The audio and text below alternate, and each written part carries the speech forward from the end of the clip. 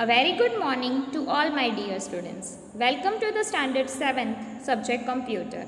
In the previous class, we have studied about what is the chart and its components. So now we will continue with the type of charts.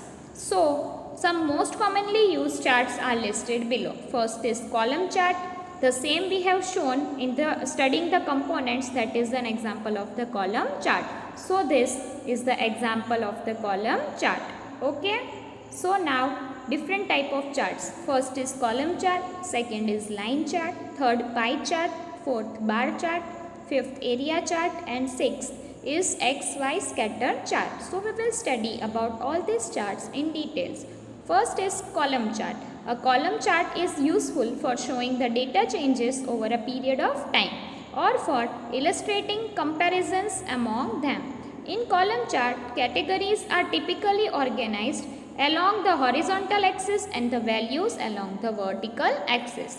These charts are used to compare values across different categories. Marks obtained in different subjects by different students are shown using the column chart. So here the categories, that means the name of the students, are there in horizontal axis, and the marks obtained by the students or the values are there in the y-axis. Okay, so this is the categories are shown in the horizontal axis and the values are shown in the vertical form or y-axis. So here the legend is there. It means the data or the marks obtained by the students are shown using columns. That's why it is known as the column chart. So the legends are mentioned, that is first is maths, English, science and Hindi. It means the column chart is there to show the marks obtained by the particular students in the following subjects. So the marks of maths are shown in the blue color column. Same way English marks are shown in the red color column, science in the green color and Hindi in the purple colored column. Okay, so this is an example of column chart. Now we will move further to the line chart. A line chart compares the trends in the data at the equal intervals. It means that in the line chart, the data is shown using the lines, using the horizontal or the vertical lines. The trends are there which is placed at the equal intervals. It means that there is an equal intervals between all the lines. It means that 0 to 10, then 10 to 20. 20 to 30, the horizontal lines are given, that are known as trends and that are at the equal intervals. You can see this. Okay, 10, 20, 30, 40, the lines, the horizontal lines is there. You can see these horizontal lines at equal intervals, that are known as trends. Okay, it is used for depicting the changes in the data over a period of time. So what is the use of this trend?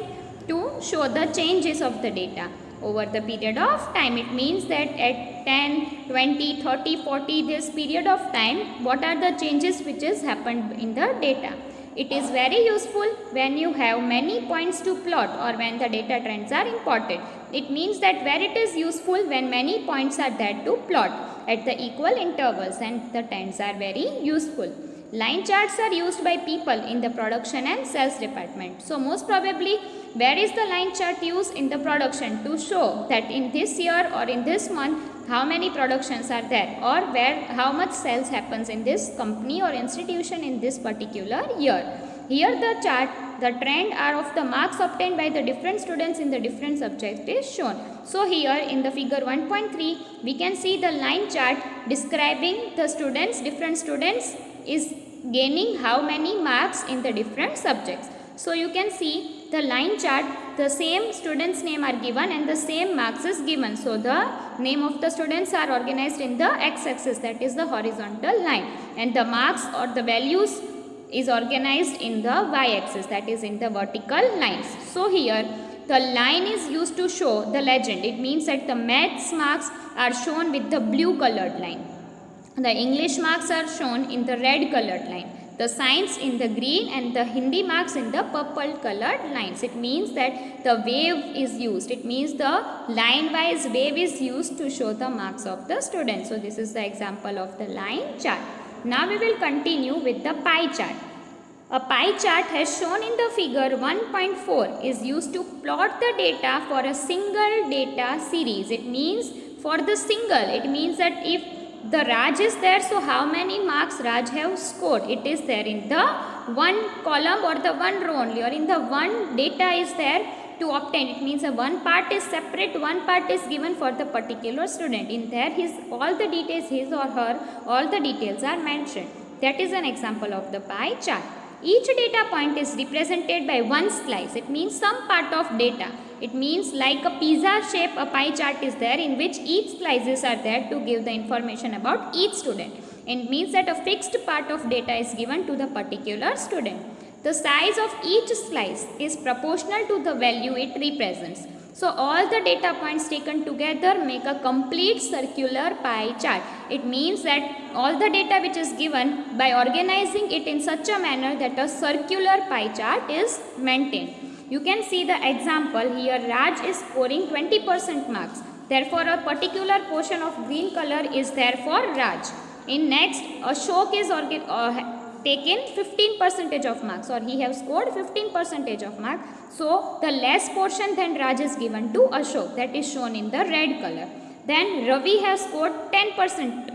It means that less than 20 and 15. So the less particular slice is given to Ravi. Then the Amit have scored 45% of marks. It means that the highest score is of Amit. Therefore a large area or the largest slice is given for Amit. The same way Amar have scored 10%. Therefore the average of the Ravi and Amar, or the average marks, is same. Therefore both are sharing the same slice or the same area. So this is an example of the pie chart. I hope that you all are cleared with this type of charts. Now we will move further to the bar chart. A bar chart illustrates comparisons among individual items through a cluster of bars. Categories are organized vertically and the values are organized horizontally in the bar chart. It is very similar to column chart. A bar chart can be described as a column chart downside ways.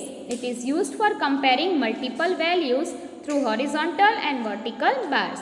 Therefore, we can say that a bar chart, it is a reverse of column chart, or is a sideways column chart. It means in the column chart, the categories are in the horizontal line and the values or the marks are in the vertical line. But here in the bar chart, the values are on the horizontal line. It means in the x-axis, and the name of the students or the categories are there on the vertical line. It means that on the y-axis.